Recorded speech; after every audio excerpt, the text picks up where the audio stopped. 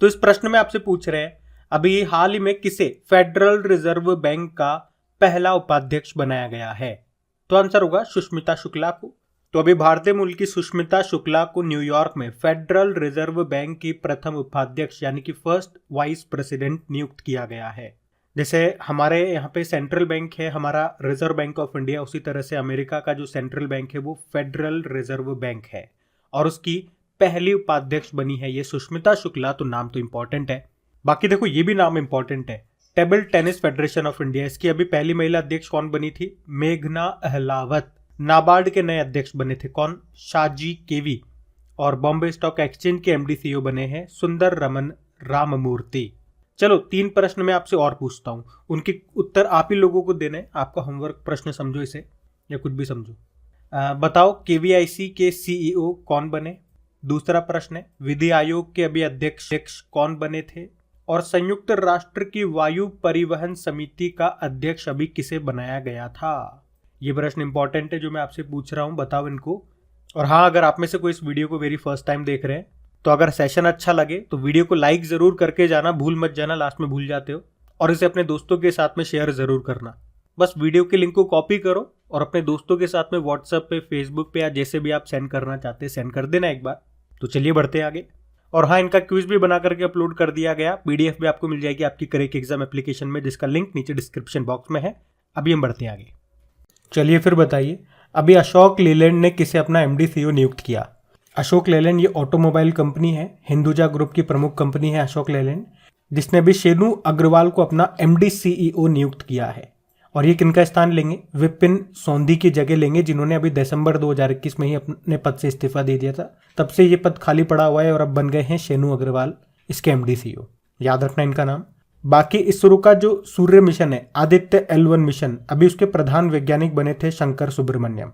27वीं लेखा महानियंत्रक बनी है भारती दास, आप जानते हो। और ICMR Indian council of medical research के महानिदेशक बने डॉक्टर राजीव बहल।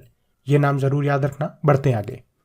तो इस प्रश्न में आपसे पूछ रहे हैं हाल ही में हिमाचल प्रदेश के मुख्यमंत्री के रूप में किसने शपथ ले ली है? तो आंसर होगा सुखविंदर सिंह सुक्खू। तो भैया अब हिमाचल प्रदेश में सुख के दिन आने वाले हैं, ऐसे याद रख लो इसको। हिमाचल प्रदेश में अब सुख के दिन आएंगे क्योंकि यहाँ पे आ गए हैं सुक्खू, सुख देने के लिए। तो अभी विधानसभा चुनाव हुए थे, उसमें जीत हासिल की है कांग्रेस पार्टी ने। 68 विधानसभा सीटों वाले हिमाचल प्रदेश में कांग्रेस को 40 सीटें मिली है। तो उन्होंने अपनी सरकार बनाई और अब हिमाचल प्रदेश के नए मुख्यमंत्री के रूप में सुखविंदर सिंह सुक्खू ने शपथ भी ले ली है। और ये हिमाचल प्रदेश के कौन से नंबर के मुख्यमंत्री बने? नंबर के मुख्यमंत्री बने हैं। और उनको हिमाचल प्रदेश के जो गवर्नर हैं राजेंद्र विश्वनाथ अर्लेकर, उन्होंने शपथ दिलाई है। और इनके अलावा मुकेश अग्निहोत्री वे हिमाचल प्रदेश के उप मुख्यमंत्री बने हैं। चलिए फिर बताइए, हाल ही में किसे राष्ट्रीय डेयरी विकास बोर्ड का प्रबंध निदेशक नियुक्त किया गया? तो आंसर होगा मिनेश सी शाह को। तो अभी केंद्र सरकार ने मिनेश सी शाह को राष्ट्रीय डेयरी विकास बोर्ड का मैनेजिंग डायरेक्टर नियुक्त किया है। अच्छा, वैसे हमारे मत्स्य पालन, पशुपालन और डेयरी मंत्री कौन है? पुरुषोत्तम रुपाला है। आपको बता दूं कि नेशनल डेयरी डेवलपमेंट बोर्ड की स्थापना होती है 1965 में। इसका हेडक्वार्टर आनंद गुजरात में है और इसके संस्थापक थे डॉक्टर वर्गीस कुरियन, वही इसके पहले अध्यक्ष भी थे। और आप जानते हैं उन्हें श्वेत क्रांति का जनक कहा जाता है। उन्हीं के जन्मदिन को यानी कि 26 नवंबर को हम राष्ट्रीय दुग्ध दिवस के रूप में मनाते हैं। और आप बताओ वर्ल्ड मिल्क डे कब मनाया जाता है? 1 जून को मनाया जाता है। और वर्ल्ड डेयरी समिट 2022 का आयोजन अभी ग्रेटर नोएडा में हुआ था। और जम्मू कश्मीर का पहला दूध गांव कौन सा है? जेरी है। अभी प्रधानमंत्री जी ने बताओ कहां पर पहले सामुदायिक रेडियो स्टेशन दूध वाणी का उद्घाटन किया था? तो आंसर होगा गुजरात में। अच्छा बताओ, किस राज्य सरकार ने मुख्यमंत्री बाल गोपाल योजना को शुरू किया था? राजस्थान ने। क्या होगा इसमें? कक्षा 1 से लेकर 5वीं तक के बच्चों को 150 ml दूध मिलेगा और छठी, सातवीं, आठवीं कक्षा के बच्चों को 200 ml दूध मिलेगा। और अगर आपको याद हो तो हम लोगों ने पढ़ा था कि पिछले 8 सालों में भारत में दूध उत्पादन में 83 मेट्रिक टन की वृद्धि हुई है। और दूध के उत्पादन में पूरे विश्व में बात करोगे तो भारत नंबर 1 पर है और भारत में बात करोगे तो उत्तर प्रदेश नंबर 1 है। आप जानते हो राष्ट्रीय डेयरी अनुसंधान केंद्र ये आपको मिलेगा हरियाणा के करनाल में। तो ये पॉइंट्स भी ध्यान रखना। बढ़ते हैं आगे। अच्छा बताइए फिर, अभी हाल ही में गुजरात के 18वें नंबर के मुख्यमंत्री कौन बन गए? तो आंसर होगा भूपेंद्र पटेल। तो गुजरात में एक बार फिर से बीजेपी की सरकार आई है, उसी को आना था, वहां तो उसका गढ़ है वो। तो अभी गुजरात में 182 सीटों में से 156 तो बीजेपी ने ही ले ली है सीटें, और गुजरात में ये अब तक की उसकी सबसे बड़ी जीत है। और इस तरह से भाजपा ने लगातार 7वीं जीत के साथ गुजरात में इतिहास रचा है। मतलब लगातार 7 बार से बीजेपी का ही राज्य है वहां पे। और भूपेंद्र पटेल ने अभी गुजरात के 18वें नंबर के मुख्यमंत्री के रूप में शपथ ले लिए, और लगातार इनका ये दूसरा कार्यकाल। और अभी वहां के जो गवर्नर है आचार्य देवव्रत, उन्होंने उनको शपथ दिलाई है। अभी हमने पढ़ा था हिमाचल प्रदेश में कांग्रेस की सरकार आई है और उसके 15वें मुख्यमंत्री बने हैं सुखविंदर सिंह सुक्खू।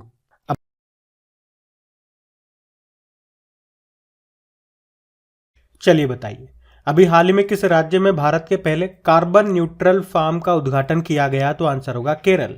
तो अभी केरल के जो मुख्यमंत्री हैं कौन? पिनाराई विजयन। अभी उन्होंने 10 दिसंबर 2022 को एर्नाकुलम जिले के अलुवा में स्थित केरल के राज्य बीमा फार्म का उद्घाटन किया। यह भारत का पहला फार्म है जो कार्बन न्यूट्रल है। अच्छा, मैं कुछ प्रश्न आपसे पूछता हूं, उत्तर देने की कोशिश करना कि कार्बन न्यूट्रल खेती के तरीकों को पेश करने वाला पहला राज्य कौन सा है? तो भी आंसर होगा केरल।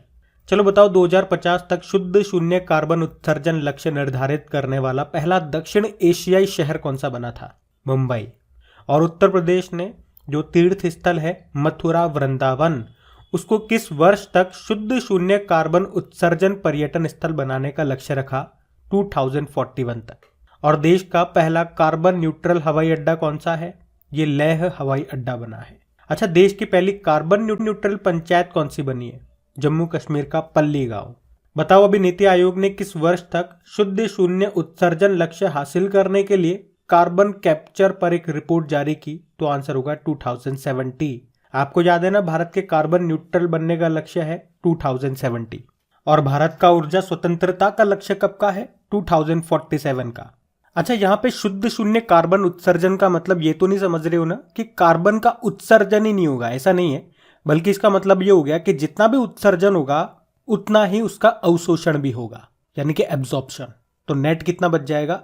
चलिए फिर बताइए, अभी हाल ही में दुनिया में सबसे बड़ी पवन सौर हाइब्रिड बिजली उत्पादक कंपनी कौन सी बन गई है? तो आंसर होगा अडानी ग्रीन। तो अभी राजस्थान के जैसलमेर में अपने तीसरे 450 मेगावाट पवन सौर हाइब्रिड पावर प्लांट के चालू होने के साथ ही अडानी ग्रीन एनर्जी ये दुनिया की सबसे बड़ी पवन सौर ऊर्जा हाइब्रिड पावर कंपनी बन गई है। पवन मतलब विंड, मतलब जहां पे हवा से एनर्जी बनती है, और सौर मतलब सोलर, जहां से सूर्य से एनर्जी बनती है, सोलर एनर्जी। अच्छा, वैसे आपको पता है अडानी ग्रीन एनर्जी कंपनी जो है इसकी शुरुआत होती है 2015 में। हेडक्वार्टर आपको मिलेगा अहमदाबाद में। और इसके चेयरमैन कौन है? गौतम अडानी है। और इसके चेयरमैन कौन है? गौतम अडानी है, जो कि दुनिया के दूसरे सबसे अमीर व्यक्ति हैं। अभी फोर्ब्स की जो लिस्ट आई थी उसमें एशिया के सबसे बड़े दानवीर भी इनको बताया गया। अब वैसे अडानी ग्रीन एनर्जी के एमडी CEO विनीत जैन है। अच्छा, कुछ प्रश्न मैं आपसे पूछता हूँ, बताना कि दुनिया का सबसे बड़ा तैरता सौर ऊर्जा प्लांट ये कहाँ पे बनेगा? तो आंसर होगा आपका मध्य प्रदेश में। मध्य प्रदेश के खंडवा जिले में नर्मदा नदी पर बनेगा। और किस बांध पे बनेगा पूछेंगे तो ओमकारेश्वर बांध पे। कैपेसिटी कितनी होगी? 600 मेगावाट। एक और प्रश्न का उत्तर दो। दुनिया का सबसे बड़ा एक्टिव ज्वालामुखी जिसका नाम है मोना लोआ ज्वालामुखी, ये भी फट गया, विस्फोट हुआ इसमें। कहां पर है ये? हवाई द्वीप पर स्थित है ये, अमेरिका में। और दुनिया का सबसे बड़ा विमान कौन सा था जिसे अभी रशिया ने तबाह कर दिया जब यूक्रेन के साथ लड़ाई हुई थी? तो उसका नाम था मरिया, मर गया वो। और इसी को एंटोनोव 225 भी बोलते हैं। अच्छा, यूं बताओ, किस देश को पीछे छोड़ के अभी भारत दुनिया की 5वीं सबसे बड़ी इकॉनमी बन गया? तो आंसर होगा ब्रिटेन। अच्छा, किस देश के तट पर दुनिया का सबसे बड़ा पौधा खोजा गया था? ये बता दो।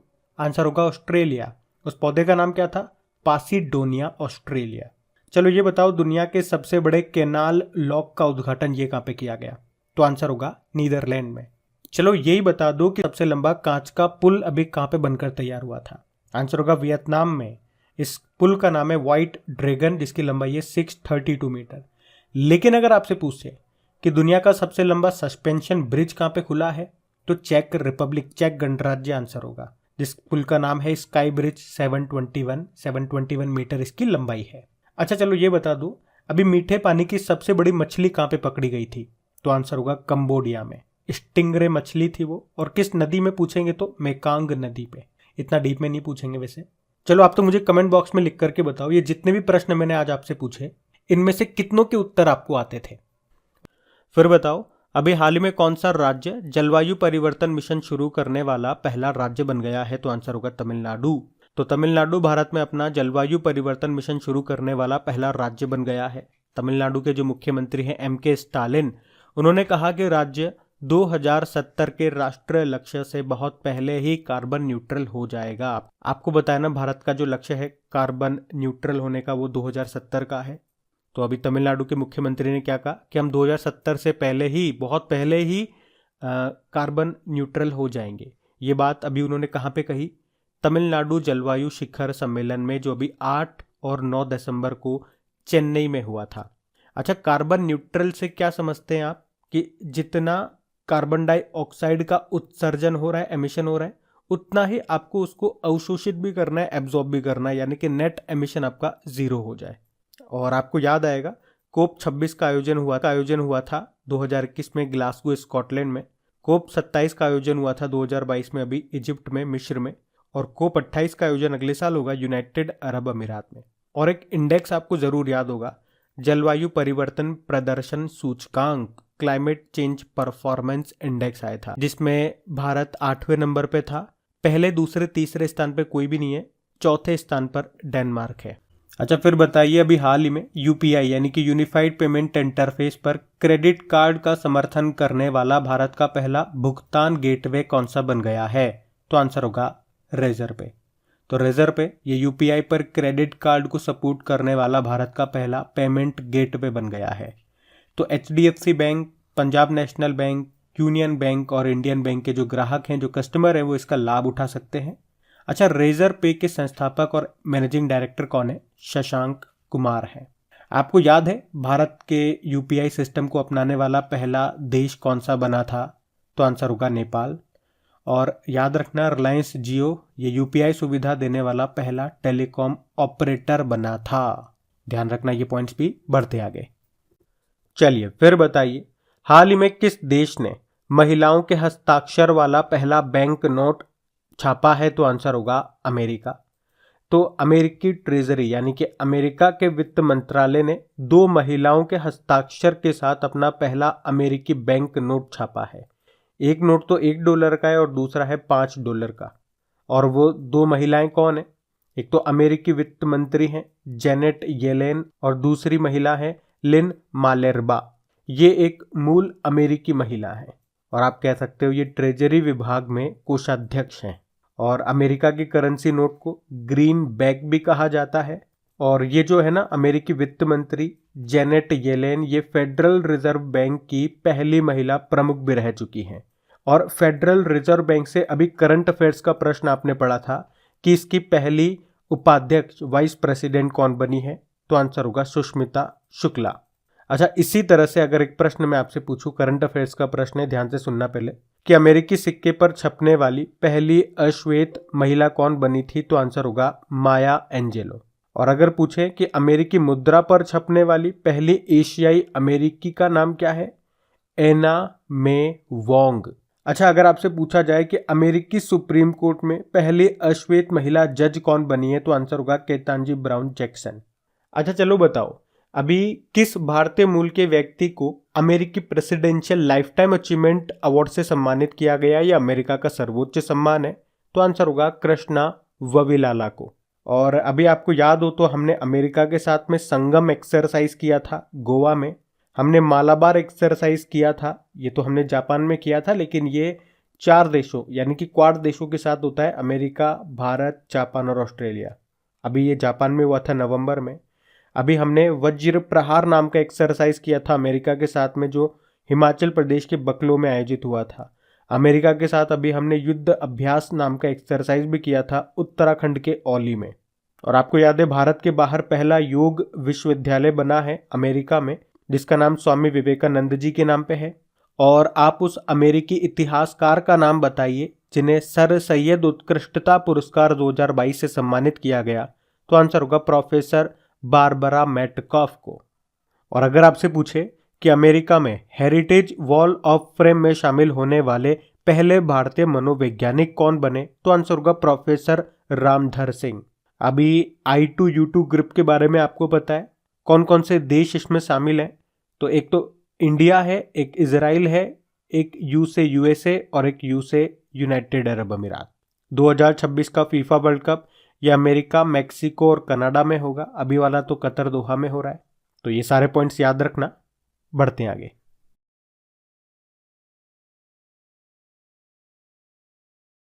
फिर बताइए, ऑक्सफैम इंडिया के द्वारा जारी रिपोर्ट में सर्वाधिक इंटरनेट पहुंच वाला राज्य कौन सा है? तो आंसर होगा महाराष्ट्र। तो अभी ऑक्सफैम इंडिया ने एक रिपोर्ट को जारी किया है। उस रिपोर्ट का नाम है India inequality report 2022 digital divide. तो ये जो रिपोर्ट है ये तैयार की गई है किस बेसिस पे कि महिलाओं और पुरुषों में इंटरनेट की पहुंच तक कितना अंतर है, इसी को ध्यान में रखकर ये रिपोर्ट तैयार की गई है। तो सर्वाधिक इंटरनेट की पहुंच वाला राज्य आपसे पूछेंगे तो महाराष्ट्र है, और सबसे कम पहुंच में बिहार आंसर होगा। और इस रिपोर्ट में यह भी बताया गया कि 15% महिलाओं के पास पुरुषों की तुलना में मोबाइल कम है, और 33% महिलाएं पुरुषों की तुलना में इंटरनेट का उपयोग कम करती हैं। आपको याद है अभी नेटवर्क रेडीनेस इंडेक्स 2022 आया था, उसमें भारत 61 नंबर पे था। और एक और पॉइंट याद रखना कि national internet exchange of India का 43वां नंबर का इंटरनेट एक्सचेंज ये किस शहर में स्थापित किया गया? तो आंसर होगा विशाखापत्तनम में। ये नया पॉइंट है आपके लिए, इसको ध्यान रखना। बढ़ते आगे। चलिए फिर बताइए, हाल ही में जारी हुरुन ग्लोबल 500 सूची 2022 के अनुसार भारत कौन से स्थान पर है? तो आंसर होगा 5वें स्थान पे। तो अभी हाल ही में जारी हुरुन ग्लोबल 500 कंपनियों की सूची में भारत की भी 20 कंपनियां शामिल है, और इसी कारण से भारत इसमें 5वें स्थान पर है। पिछले साल भारत 8 कंपनियों के साथ 9वें स्थान पे था, अभी 20 कंपनियों के साथ 5वें स्थान पे आ गया। तो इस लिस्ट में बात करें किन कंपनियों को शामिल किया जाता है, या जिन भी कंपनियों को शामिल किया जाता है किस आधार पर शामिल किया जाता है, तो आंसर होगा उनके बाजार पूंजीकरण, मार्केट कैपिटलाइजेशन के हिसाब से कंपनियों को इस लिस्ट में डाला जाता है। अब आपने कहा भारत की टॉप 20 कंपनियां इसमें शामिल है, जैसे कि रिलायंस इंडस्ट्रीज हो गया, TCS हो गया, HDFC वगैरह हो गई। वैसे इस लिस्ट में टॉप पे कौन सी कंपनियां हैं? नंबर 1 पे है एप्पल, सेकंड पे माइक्रोसॉफ्ट है, तीसरे पे अल्फाबेट है। और आप देखोगे ये तीनों अमेरिकन कंपनियां हैं, इसीलिए तो अमेरिका जो है ये 260 कंपनियों के साथ टॉप पर बना हुआ है। सेकंड नंबर पे चाइना की 35 कंपनियां इस लिस्ट में है। थर्ड पे जापान है, फोर्थ पे यूके है, और 5वें पे भारत और कनाडा है। 5वें नंबर पे भारत भी है और कनाडा भी है 20-20 कंपनियों के साथ, ये ध्यान रखना। चलो फिर बताओ, BBC की वर्ष 2022 की 100 प्रभावशाली महिलाओं की सूची में किसे शामिल नहीं किया गया? नहीं का पूछ रहे हैं आपसे, तो ऑप्शन देखोगे तो उत्तर आपको मिलेगा निर्मला सीतारमण को। तो अभी BBC यानी कि ब्रिटिश ब्रॉडकास्टिंग सर्विसेज की वर्ष 2022 की 100 प्रभावशाली महिलाओं की सूची जारी की गई है, और इसमें भारत की 4 महिलाओं को शामिल किया गया है। अब ये 4 महिलाएं कौन कौन है? एक प्रियंका चोपड़ा है, प्रियंका चोपड़ा एक्ट्रेस है, आप जानते हो। और एक शिरीषा बांदला है। शिरीषा बांदला का नाम आपने सुना सुना लग रहा होगा, कहाँ पे सुना था? तो आप जानते हो ये अंतरिक्ष में जाने वाली भारतीय मूल की तो तीसरी महिला बनी थी, लेकिन कल्पना चावला के बाद अंतरिक्ष में जाने वाली और भारत में जन्म लेने वाली ये दूसरी महिला है। प्रश्न ध्यान से सुनना, ये अभी अंतरिक्ष में गई हैं, तो हमने क्या कहा कि अंतरिक्ष में जाने वाली भारतीय मूल की ये तीसरी महिला है। लेकिन अगर बात करोगे कि भारत में जन्म लेने के हिसाब से तो ये फिर दूसरी महिला हो जाएंगी कल्पना चावला के बाद। शिरीषा बांदला इनका नाम है, तीसरे नंबर पे रखा है। और तीसरी महिला है गीतांजलि श्री। आपको याद है अभी इंटरनेशनल बुकर पुरस्कार 2022 इन्होंने जीता था अपनी पुस्तक टॉम्ब ऑफ सेंड के लिए। अच्छा, एक और थी इनके साथ जो ट्रांसलेटर थी, उनको भी मिला था ये पुरस्कार, उसका नाम आपको बताना है कमेंट बॉक्स में। और एक चौथी महिला है जो सामाजिक कार्यकर्ता है, उनका नाम है स्नेहा जावले। ये 4 महिलाएं हैं। अच्छा, यहाँ पे 2 प्रश्न मैं आपसे पूछ रहा हूँ, उनके उत्तर आप लोगों को करने कि BBC Indian sports women of the year का अवार्ड 2022 के लिए किसे मिला था ये बताओ। और BBC sports personality of the year 2021 ये किसे चुना गया था, इसका उत्तर दो आप। मैं इसका उत्तर अभी आपको थोड़ी देर में देने वाला हूं, लेकिन अगर आपको आता है तो पहले आप देने की कोशिश करो, उससे आपका कॉन्फिडेंस बूस्ट अप होगा। और जब तक मैं आपको क्या रिवाइज कराने वाला हूं, अभी हमने पढ़ा था, आपको याद हो तो, कि फोर्ब्स की विश्व की 100 शक्तिशाली महिलाओं की सूची आई थी। उसमें बताओ, उसमें कितनी भारतीय महिलाओं को शामिल किया गया था? तो उसमें 6 भारतीय मूल की महिलाओं को शामिल किया गया था, और वो 6 के नाम हमने पढ़े भी थे, जिसमें सबसे टॉप पे तो हमारी वित्त मंत्री निर्मला सीतारमण थी 36 नंबर पे। बाकी 5 कौन है? सेबी की पहली महिला अध्यक्ष Madhabi Puri Buch, cell steel authority of India limited के अध्यक्ष सोमा मंडल, बायोकॉन के अध्यक्ष किरण मजूमदार शॉ, नायका की सीईओ फाल्गुनी नायर और एचसीएल की चेयरपर्सन रोशनी नादर मल्होत्रा। अब देख लो, वो 2 प्रश्न क्या पूछे थे मैंने, कि BBC Indian sports women of the year का अवार्ड मिला है 2022 का मीराबाई चानू को, जो कि क्या है, कि उनका संबंध किस खेल से है? तो वेट लिफ्टर है। और दूसरा प्रश्न था कि BBC sports personality of the year 2021 किसे चुना गया था? एम्मा राडुकानु को। ये ब्रिटिश टेनिस प्लेयर है, ध्यान रखना ये। बढ़ते आगे, फिर बताइए, हाल ही में आयुष्मान भारत स्वास्थ्य कार्ड बनाने में कौन प्रथम स्थान पर रहा? तो आंसर होगा जम्मू कश्मीर। तो आयुष्मान भारत प्रधानमंत्री जन आरोग्य योजना, पहले इसकी बात करें तो इसकी शुरुआत हुई थी 23 सितंबर 2018 को। कहां से इसको लॉन्च किया था प्रधानमंत्री जी ने? तो आंसर होगा रांची, झारखंड से।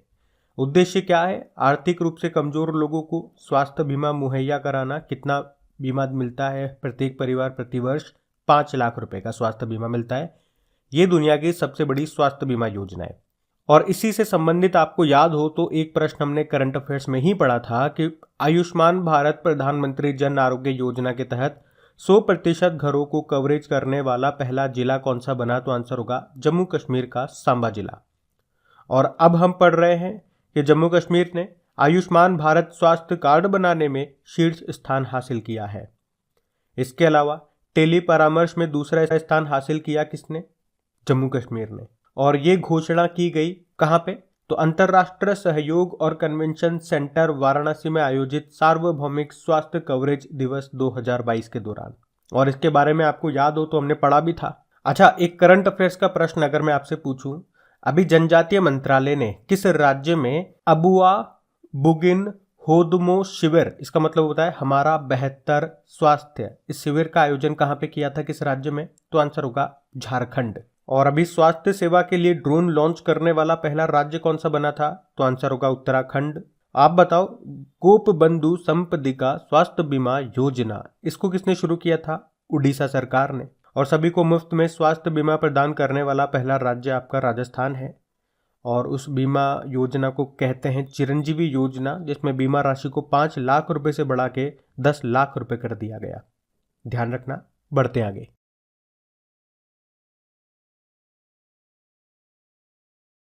चलिए फिर बताइए, हाल ही में किसे S&P plates global CEO of the year award से सम्मानित किया गया? तो आंसर होगा गुरदीप सिंह को।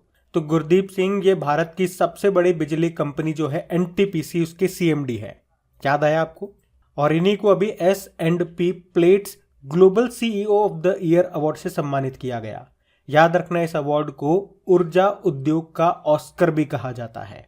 तो इंपॉर्टेंट है ये प्रश्न।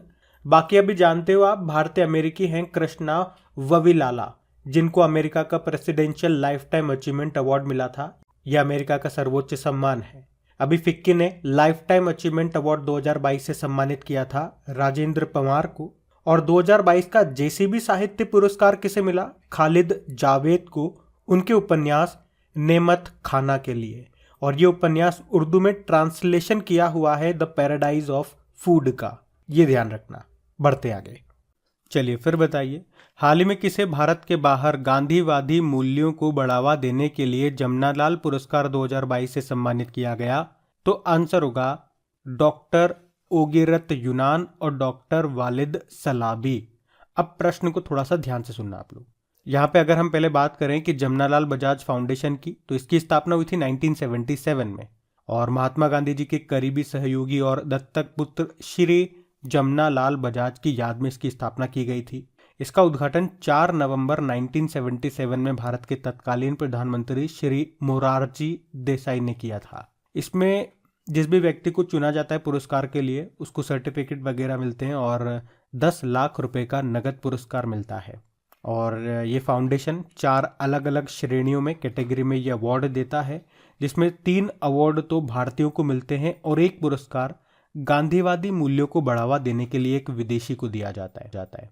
तो पहले 3 भारतीयों की बात करें जिनको ये पुरस्कार मिला, तो एक मध्य प्रदेश के नीलेश देसाई हैं, एक गुजरात के मनसुख भाई प्रजापति हैं और एक उड़ीसा के सोफिया शेख हैं। और भारत के बाहर गांधीवादी मूल्यों को बढ़ावा देने के लिए ये जो पुरस्कार है ये लेबनान के डॉक्टर ओगिरत यूनान और डॉक्टर वालिद सलाबी को मिला है। और आपसे प्रश्न में यही पूछा गया है, ध्यान से पढ़ो, भारत के बाहर गांधीवादी मूल्यों को बढ़ावा देने के लिए ये जमनालाल पुरस्कार 2022 किसे मिला। और अगर भारतीयों में पूछते कि किस भारतीयों को मिला तो वो 3 नाम आपके सामने हैं। तो इस तरह से आपका प्रश्न फॉर्म होता, ध्यान रखना। ये बढ़ते आगे। फिर बताइए हाल ही में किसे 2022 के लिए 25वां साउथ इंडियन एजुकेशन सोसाइटी पुरस्कार 2022 से सम्मानित किया गया। तो आंसर होगा एम वेंकैया नायडू को। आप जानते हो हमारे पूर्व उपराष्ट्रपति हैं एम वेंकैया नायडू जी, जिन्हें अभी सार्वजनिक नेतृत्व के लिए 25वां south Indian education society award 2022 से सम्मानित किया गया है। एम वेंकैया नायडू जी के हमारे 13वें नंबर के उपराष्ट्रपति थे। अभी 14वें नंबर के हमारे वाइस प्रेसिडेंट कौन बन गए, जगदीप धनखड़। और हमारी 15वीं नंबर के राष्ट्रपति बनी है द्रौपदी मुर्मू। अच्छा, 2022 का तो ये सम्मान मिला है इनको। आपको याद हो तो 2021 में ये पुरस्कार दिया गया था उत्तर प्रदेश के मुख्यमंत्री योगी आदित्यनाथ। अभी हमने पढ़ा अमेरिकी प्रेसिडेंशियल अचीवमेंट अवार्ड, ये अमेरिका का सर्वोच्च सम्मान है जो मिला है कृष्णा वविलाला को। फिक्की के द्वारा लाइफ टाइम अचीवमेंट अवार्ड 2022 से सम्मानित किया गया राजेंद्र पवार को। अच्छा, अभी फिक्की के नए अध्यक्ष कौन बने, ये अपॉइंटमेंट का प्रश्न है, कमेंट बॉक्स में आंसर करो। और डॉक्टर कलाम सेवा पुरस्कार से सम्मानित किया गया रवि कुमार सागर को। ध्यान रखना। ये बढ़ते हैं आगे।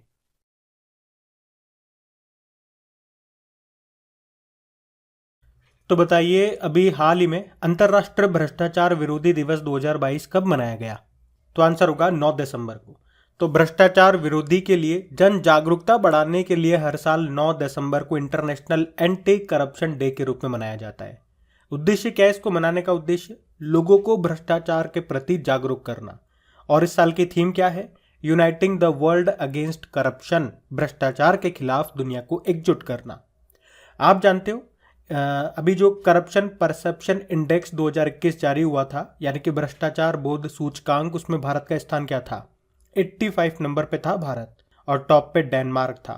टॉप पे डेनमार्क होने का मतलब क्या हो गया? वहां पे करप्शन बहुत कम है। और आपको डेनमार्क से याद आएगा एक प्रश्न कि डेनमार्क स्थित मैरीटाइम एंटी करप्शन नेटवर्क के उपाध्यक्ष कौन बने थे? सिनर्जी ग्रुप के संस्थापक और सीईओ हैं राजेश उन्नी, वो बने थे। चलिए फिर बताइए यूनिसेफ दिवस 2022 की थीम क्या है?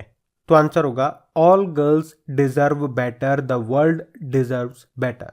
तो यूनिसेफ की स्थापना कब होती है? 11 दिसंबर 1946 को। इसीलिए 11 दिसंबर को यूनिसेफ डे के रूप में मनाया जाता है।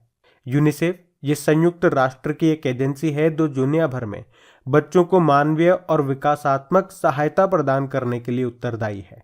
इसका हेडक्वार्टर न्यूयॉर्क में है। इसकी फुल फॉर्म क्या होती है? United nation children's fund. और थीम याद रखना, all girls deserve better, the world deserves better. और इसके हेड हैं कैथरीन एम रसेल।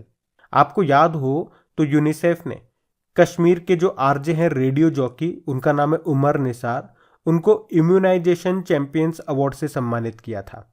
अब वैसे डे वाला क्वेश्चन है, तो दिसंबर में कौन कौन से डे आपने पढ़े हैं वो अभी तक लिख के बताओ अगर आपको याद है तो। वैसे मैं आपको फिर से रिवाइज कराऊंगा, अभी आगे एक प्रश्न आएगा वहां पे। अभी पहले आप एक बार कोशिश कर लो, हम बढ़ते हैं आगे। फिर बताइए अभी हाल ही में अंतर्राष्ट्रीय पर्वत दिवस ये कब मनाया गया? तो आंसर होगा 11 दिसंबर को।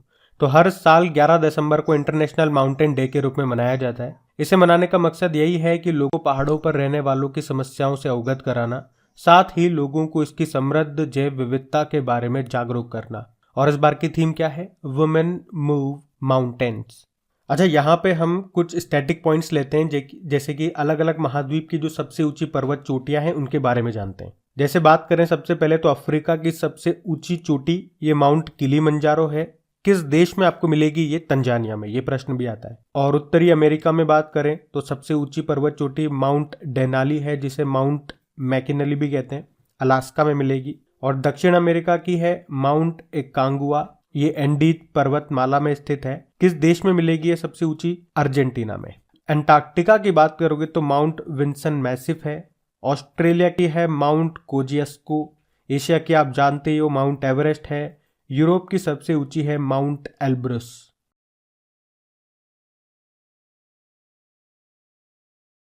चलिए फिर बताइए, अभी हाल ही में किसने वनडे में सबसे तेज दोहरा शतक लगा करके विश्व रिकॉर्ड बनाया?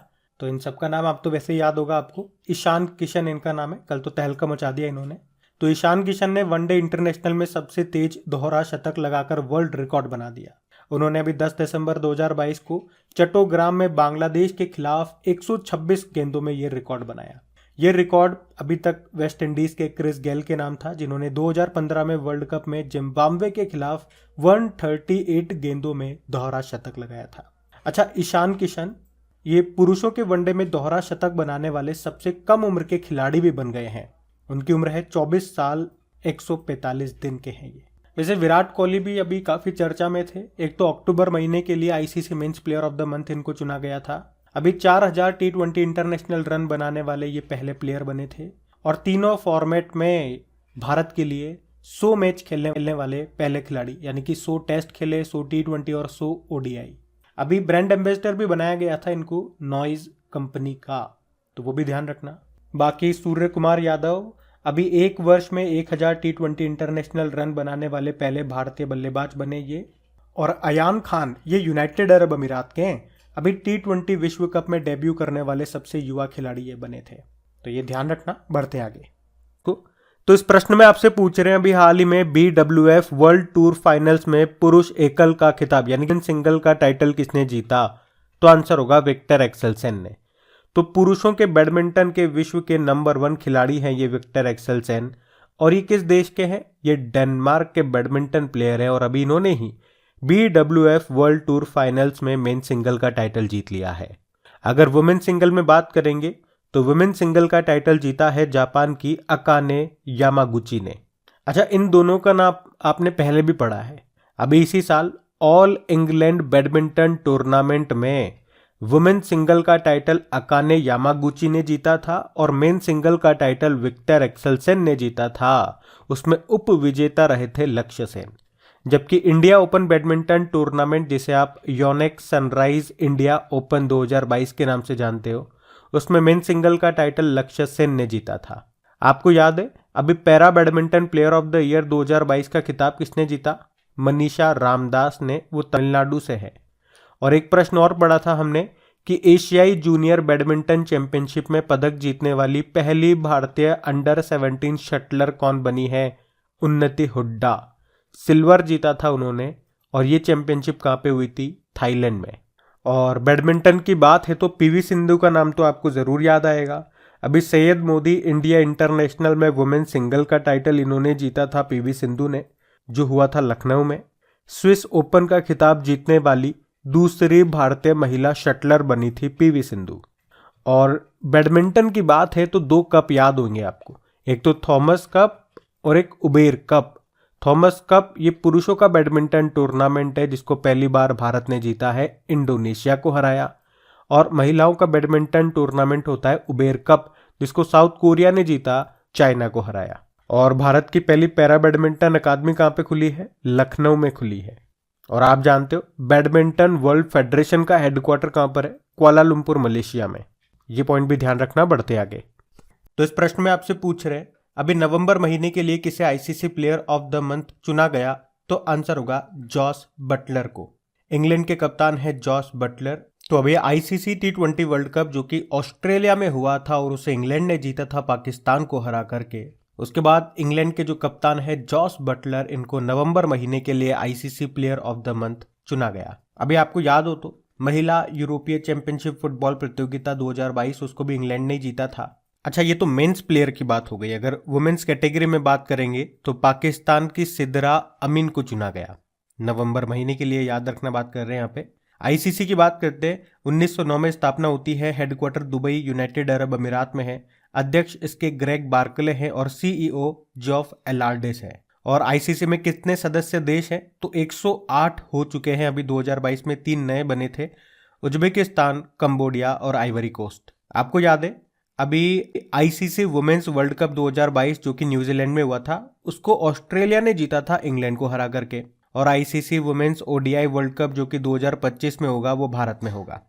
और अभी आईसीसी हॉल ऑफ फेम 2022 में 3 जनों को शामिल किया गया था। वो 3 जने कौन कौन है?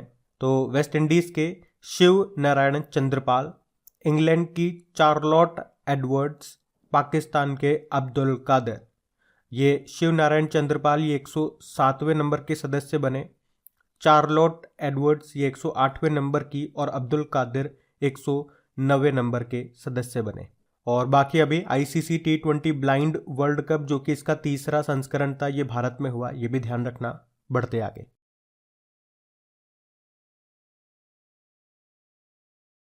चलिए बताइए, अभी दिसंबर 2022 में बायोडाइवर्सिटी पर कनाडा के मॉन्ट्रियल में कौन से कॉन्फ्रेंस ऑफ पार्टी यानी कि कोप का आयोजन किया गया? तो आंसर होगा कोप 15। आपको याद तो जरूर होगा, अभी नवंबर में हमने पढ़ा भी था, कोप 27 का आयोजन किया गया था मिस्र में यानी कि इजिप्ट में, लेकिन उसका संबंध था जलवायु परिवर्तन से। अब ये जो कोप 15 है ये जैव विविधता के लिए, बायोडाइवर्सिटी के लिए है, जिसका आयोजन अभी दिसंबर में किया गया मॉन्ट्रियल कनाडा में। मॉन्ट्रियल आपको जरूर याद होगा, ये कनाडा में है। और क्या हुआ था यहाँ पे? एक प्रोटोकॉल हुआ था जिसे मॉन्ट्रियल प्रोटोकॉल बोलते हैं। कब हुआ था? 16 सितंबर 1987 में, ओजोन परत के संरक्षण के लिए। इसीलिए तो आप लोग 16 सितंबर को वर्ल्ड ओजोन डे के रूप में मनाते हो। और मॉन्ट्रियल में ही आपको किसका हेडक्वार्टर मिलेगा? अंतरराष्ट्रीय नागरिक उड्डयन संगठन का, इंटरनेशनल एविएशन का। अच्छा देखो, इसी तरह से 2 और प्रोटोकॉल है, वो भी आप ध्यान रखना। एक तो है कार्टेजेना प्रोटोकॉल और एक है नगोया प्रोटोकॉल। इनका संबंध भी जैव विविधता से है। और जैव विविधता सबसे ज्यादा विश्व में कहाँ पे पाई जाती है? अमेजन के वर्षा वनों में। इसलिए तो अमेजन के वर्षा वनों को पृथ्वी के फेफड़े भी कहा जाता है, लंग्स ऑफ अर्थ। आपको याद है अभी एक अपॉइंटमेंट भी पढ़ा था हमने, जैव विविधता आयोग के अध्यक्ष, अभी राष्ट्रीय जैव विविधता आयोग के अध्यक्ष कौन बने थे? सी अचलेंद्र रेड्डी बने थे। बाकी आप जानते ही होंगे अंतरराष्ट्रीय जैव विविधता दिवस ये 22 मई को मनाया जाता है। और जैव विविधता रजिस्टर पाने वाला पहला मेट्रो शहर ये आपका कोलकाता है। अच्छा, जैव विविधता के जनक के नाम से कौन मशहूर थे जिनका कुछ समय पहले निधन हो गया? तो आंसर होगा E.O. विल्सन। तो ये सारे इंपॉर्टेंट फैक्ट्स आप याद रखना। बढ़ते आगे। चलिए बताइए, हाल ही में मिरेकल ऑफ फेस योगा नाम की बुक को किसने लिखा? तो आंसर होगा मानसी गुलाटी ने। तो मनस्विनी की संस्थापक मानसी गुलाटी ने अपनी book miracle of face yoga को अभी लॉन्च किया है। और हमारी जो राष्ट्रपति हैं द्रौपदी मुर्मू जी, उन्होंने इस बुक को सराहा है।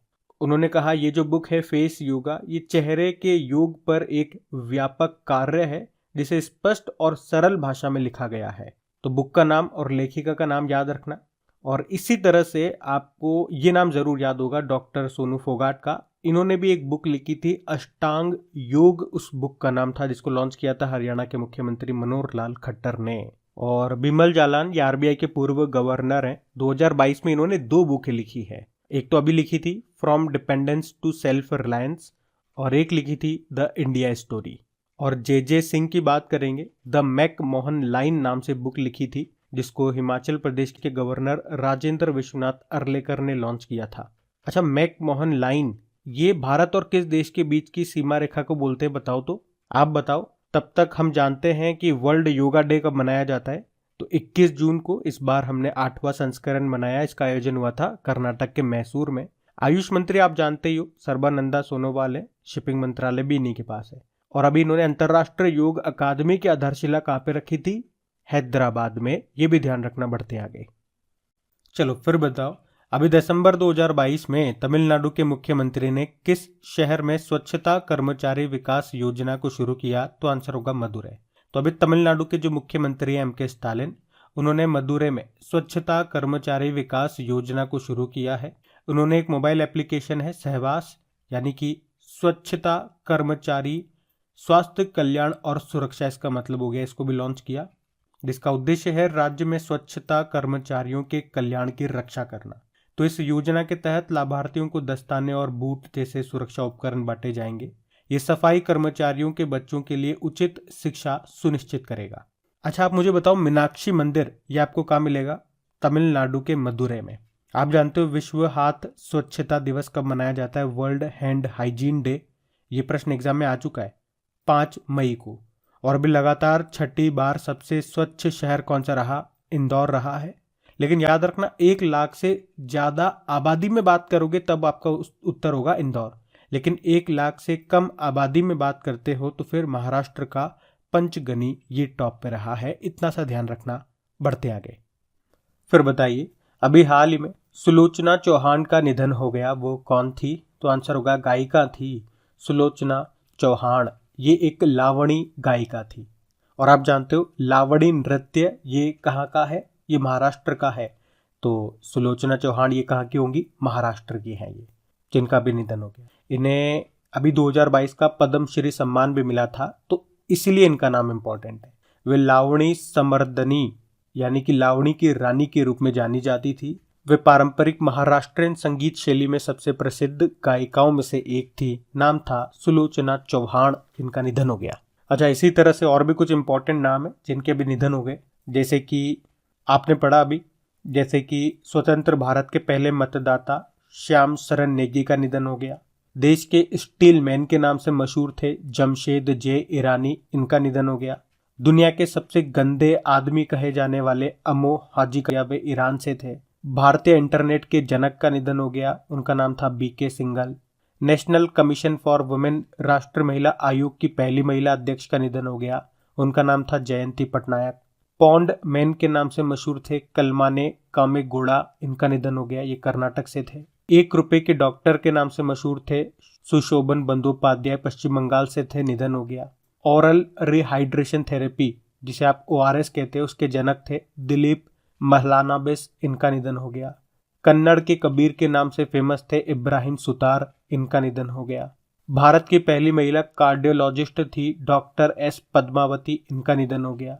भारत की पहली महिला मनोचिकित्सक थी शारदा मेनन, इनका निधन हो गया।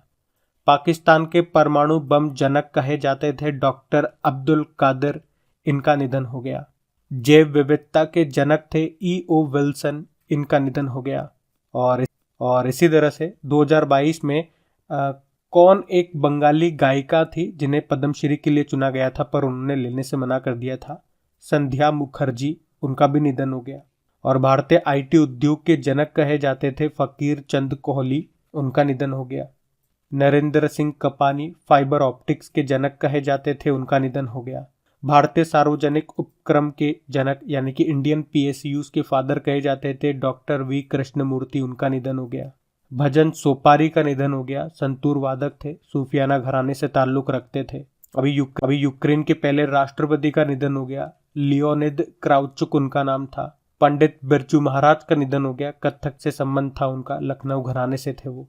इसी तरह से पंडित शिव कुमार शर्मा का निधन हो गया, संतूर वादक थे वो भी। और दुनिया के सबसे उम्र दराज शतरंज ग्रैंड मास्टर का निधन हो गया, उनका नाम था यूरी एवरबक, वो रशिया से थे। 100 वर्ष की उम्र में निधन हुआ उनका। तो इस तरह से ये सारे इंपॉर्टेंट नाम ही है, आप देख लो सारे इंपॉर्टेंट है, ध्यान रखना ये सब। बढ़ते आगे। चलिए फिर बताइए, अभी हाल ही में प्रधानमंत्री नरेंद्र मोदी ने किसके नाम पे मोपा अंतरराष्ट्रीय हवाई अड्डे का नाम रखा?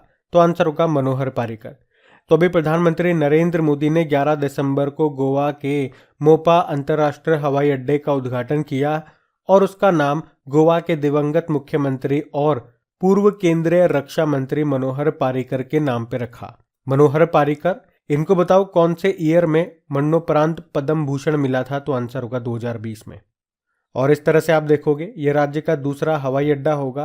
पहला हवाई अड्डा डाबोलिम में है। गोवा की बात हम बाद में करेंगे, पहले कुछ इंपॉर्टेंट फैक्ट्स, जैसे कि अभी प्रधानमंत्री जी ने अरुणाचल प्रदेश के तीसरे हवाई अड्डे का उद्घाटन किया, उसका नाम क्या है? डोनी पोलो हवाई अड्डा। अभी प्रधानमंत्री जी ने देवघर हवाई अड्डे का भी उद्घाटन किया, वो मिलेगा झारखंड में।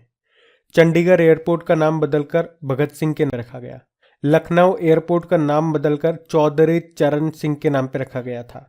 अगरतला एयरपोर्ट का नाम बदलकर महाराजा वीर विक्रम एयरपोर्ट किया गया। हिसार एयरपोर्ट का नाम बदलकर महाराजा अग्रसेन इंटरनेशनल एयरपोर्ट किया गया। कर्नाटक के शिवमोग्गा हवाई अड्डे का नाम बदलकर वहां के पूर्व मुख्यमंत्री BS येदियुरप्पा के नाम पर रखा गया। और बनारस यानी कि वाराणसी एयरपोर्ट का नाम लाल बहादुर शास्त्री एयरपोर्ट रखा गया था। अच्छा ये बताओ, सुभाष चंद्र बोस के नाम पे एयरपोर्ट ये आपको मिलेगा कहाँ पे? कोलकाता में। जयप्रकाश नारायण इंटरनेशनल एयरपोर्ट मिलेगा कहाँ पे? पटना में। और गोपीनाथ बारदोलाई एयरपोर्ट ये आपको असम में मिलेगा। आधुनिक असम के संस्थापक इनको कहा जाता है। बिरसा मुंडा के नाम पे एयरपोर्ट ये आपको रांची झारखंड में मिलेगा। वैसे इनके नाम पे जो हॉकी स्टेडियम है वो आपको उड़ीसा में मिल जाएगा। और आप जानते हो देश का पहला कार्बन न्यूट्रल हवाई अड्डा ये बना है लेह हवाई अड्डा। और सोलर एविएशन फ्यूल का इस्तेमाल करने वाली पहली एयरलाइन स्विस इंटरनेशनल एयरलाइन है। अभी ग्लोबल एविएशन सेफ्टी रैंकिंग 2022 आई, उसमें भारत 48 नंबर पे है, तो टॉप पे सिंगापुर है। अच्छा ये बताओ, स्वदेशी नेविगेशन प्रणाली गगन का उपयोग करके विमान की लैंडिंग कराने वाली देश की पहली एयरलाइन कौन सी बनी? Indigo airline. लैंडिंग कराई कहाँ पे? राजस्थान के किशनगढ़ एयरपोर्ट पे। चलिए फिर बताइए, हाल ही में अंतर्राष्ट्रीय सार्वभौमिक स्वास्थ्य कवरेज दिवस कब मनाया गया? तो आंसर होगा 12 दिसंबर को। तो international universal health coverage day ये हर साल 12 दिसंबर को मनाया जाता है। मनाने का उद्देश्य क्या है? पूरे विश्व में हर व्यक्ति को क्वालिटी और सस्ती मेडिकल फैसिलिटी प्रोवाइड करना। और इस बार की थीम है build the world we want a healthy future for all. अच्छा मैं अगर आपसे पूछूं कि अभी यूनिवर्सल हेल्थ कवरेज डे 2022 समारोह का आयोजन ये किस शहर में किया गया था? तो आंसर होगा वाराणसी में। आपको याद है वर्ल्ड हेल्थ डे कब होता है? 7 अप्रैल को। वर्ल्ड एनवायरमेंटल हेल्थ डे कब होता है? 26 सितंबर को। जबकि वर्ल्ड मेंटल हेल्थ डे होता है 10 अक्टूबर को।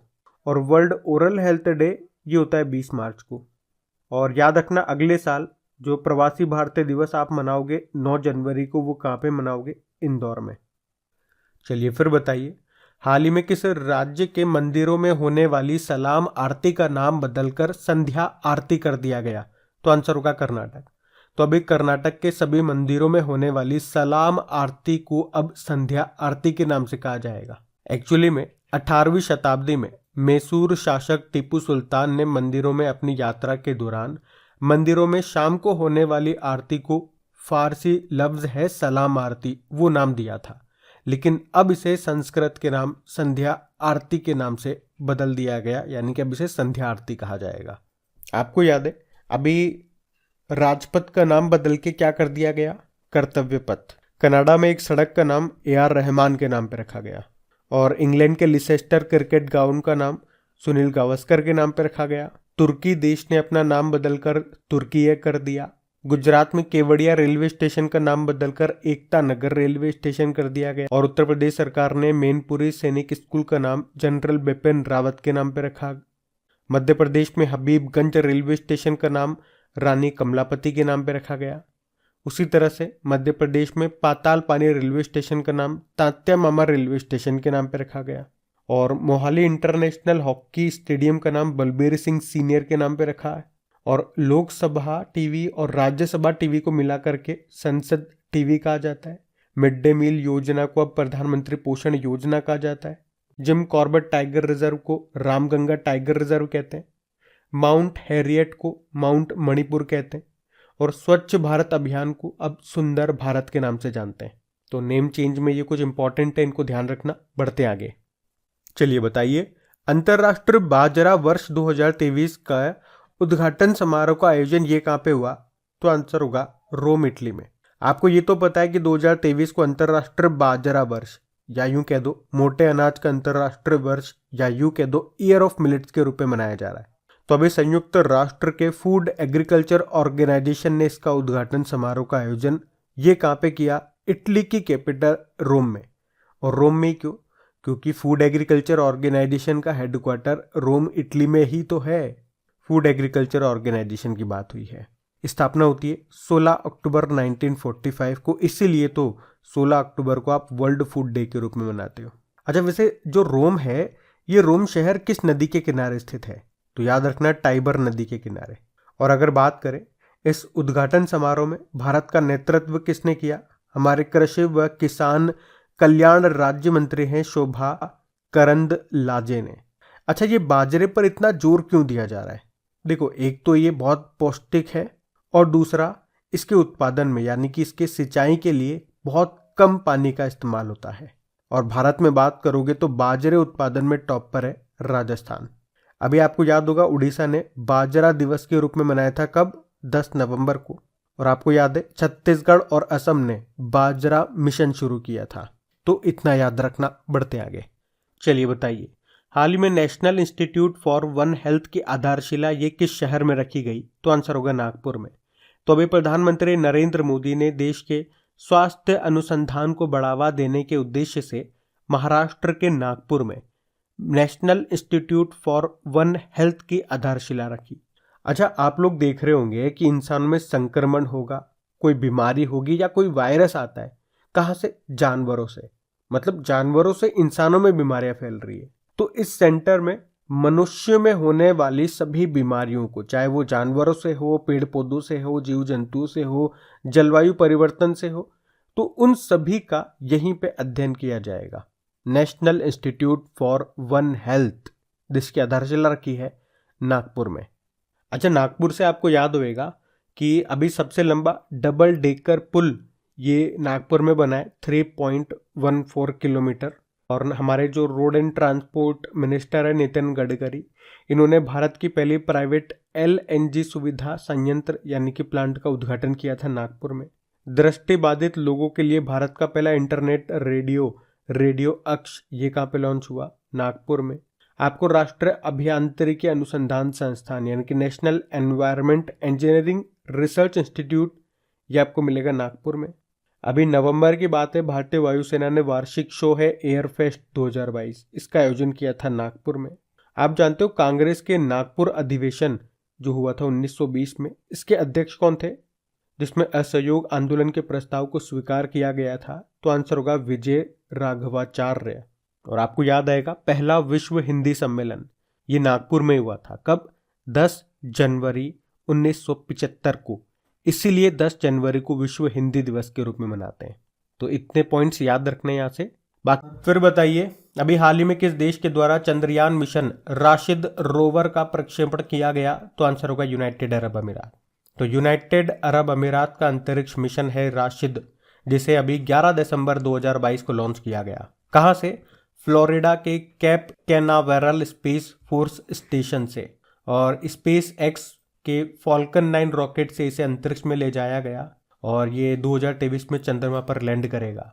और याद रखना, अगर इसकी सफल लैंडिंग रहती है तो ये चंद्रमा पर नियंत्रित लैंडिंग करने वाला पहला व्यावसायिक अंतरिक्ष यान भी बन जाएगा। आपको याद हो तो यूनाइटेड अरब अमीरात ने होप मिशन भी लॉन्च किया था मंगल ग्रह के लिए। अच्छा, वैसे चंद्रमा पर हमने भी एक रोवर भेजा था, आपको याद होगा तो 2019 की बात है, चंद्रयान 2 याद आया, जिसे GSLV मार्क 3 के द्वारा भेजा गया था। रोवर का नाम उसमें प्रज्ञान था और लैंडर का नाम था विक्रम। अच्छा, फिर बताइए, दिसंबर 2022 में इंडिया ग्लोबल फोरम 2022 का आयोजन कहाँ पे किया गया? तो आंसर होगा यूनाइटेड अरब अमीरात में। बात कर रहे हैं यहाँ पे इंडिया ग्लोबल फोरम 2022 की। 12 से 16 दिसंबर तक इसका आयोजन हुआ। कहाँ पे? यूनाइटेड अरब अमीरात में। यूनाइटेड अरब अमीरात के दुबई और अबू धाबी में, जिसका उद्घाटन भारत के विदेश मंत्री जो हैं सुब्रमण्यम जयशंकर ने किया। ये 5 दिवसीय जो भव्य आयोजन है, जो भारत, यूनाइटेड अरब अमीरात और दुनिया भर से प्रमुख राजनीतिक, व्यापारिक और सांस्कृतिक हस्तियों को एक साथ लाने का एक आयोजन है। और भारत ने अभी G20 की अध्यक्षता ग्रहण कर ली है, आपको पता है। और उसके बाद ये भारत का पहला बड़ा अंतर्राष्ट्रीय कार्यक्रम है। और इंडिया इंक ग्रुप के जो संस्थापक हैं प्रोफेसर मनोज लाडवा, वो इंडिया फोरम के संस्थापक और अध्यक्ष हैं। उसके अलावा आपको याद है अभी विश्व डेयरी शिखर सम्मेलन 2022 का आयोजन हुआ था ग्रेटर नोएडा में। अभी पहला बाजरा स्मार्ट पोषक भोजन कॉन्क्लेव का आयोजन ये नई दिल्ली में हुआ था। अभी बिम्स्टेक कृषि मंत्रियों की बैठक ये भारत में हुई थी, लेकिन 2022 में बिम्स्टेक की अध्यक्षता ये है श्रीलंका के पास में। और क्वाड समिट 2022 की जो क्वाड समिट है वो हुई थी टोक्यो जापान में। अगले साल ये ऑस्ट्रेलिया में होगी। और आपको याद हो तो अभी 2022 में दूसरा भारत नॉर्डिक सम्मेलन का आयोजन हुआ था डेनमार्क की कैपिटल कोपेनहेगन में। और पहला होम्योपैथी अंतर्राष्ट्रीय स्वास्थ्य शिखर सम्मेलन, इसका आयोजन दुबई में हुआ था। अभी 13वां फिक्की वैश्विक कौशल शिखर सम्मेलन 2022 ये नई दिल्ली में हुआ था। तो ये पॉइंट्स भी याद रखना। बढ़ते आगे। चलिए फिर बताइए, हाल ही में IUCN की लाल सूची में, रेड लिस्ट में कौन से भारतीय औषधीय पादपों को शामिल किया गया है? तो आंसर होगा पटवा, हिमालयन फ्रिटिलरी और सालम पंजा। IUCN मतलब क्या होता है? International union for conservation of nature, जिसकी स्थापना होती है 1948 में और हेडक्वार्टर मिलेगा ग्लैंड, स्विट्जरलैंड में। IUCN आपको बताए, ये अगर कोई भी पौधा, पादप या फिर कोई भी जीव जंतु हो गया, अगर संकटग्रस्त स्थिति में है तो उसके संरक्षण के लिए उसे इसकी रेड डेटा बुक में शामिल किया जाता है। और अभी इसी तरह से 3 भारतीय औषधीय पौधे हैं जिन्हें इस लिस्ट में शामिल किया गया है, और ये गंभीर रूप से संकटग्रस्त प्रजाति है, जिनके नाम है पटवा, एक है हिमालयन फ्रिटिलरी और एक है सालम पंजा। आपको याद हो तो राजस्थान का जो राजकीय पक्षी है उसे भी IUCN की गंभीर लुप्त प्राय यानी कि क्रिटिकली एंडेंजर्ड लिस्ट में शामिल किया गया था। उसका नाम है गोडावन, ग्रेट इंडियन बस्टर्ड भी उसको बोलते हैं। ध्यान रखना ये भी। बढ़ते हैं आगे। चलिए फिर बताइए, हाल ही में किस देश में आयोजित अंतर्राष्ट्रीय माउंटेन फिल्मोत्सव 2022 में भारतीय हिंदी फिल्म आईना का प्रदर्शन किया गया? तो आंसर होगा नेपाल। तो अंतर्राष्ट्रीय माउंटेन फिल्मोत्सव 2022 का आयोजन ये कहाँ पे किया गया? काठमांडू, नेपाल में, 8 से लेकर 12 दिसंबर तक। ये इसका 20वां संस्करण है। इसमें 55 फिल्में दिखाई गई, जिसमें एक भारतीय हिंदी फिल्म आईना भी थी, जिसके डायरेक्टर हैं सिद्धांत सिरेन। और इस बार इस फिल्म महोत्सव की थीम क्या रही? Sustainable summits. आपको याद होगा अभी 53वां international film festival of India का आयोजन हुआ था गोवा में, और वहां पे बताओ किसे Indian film personality of the year का अवार्ड मिला?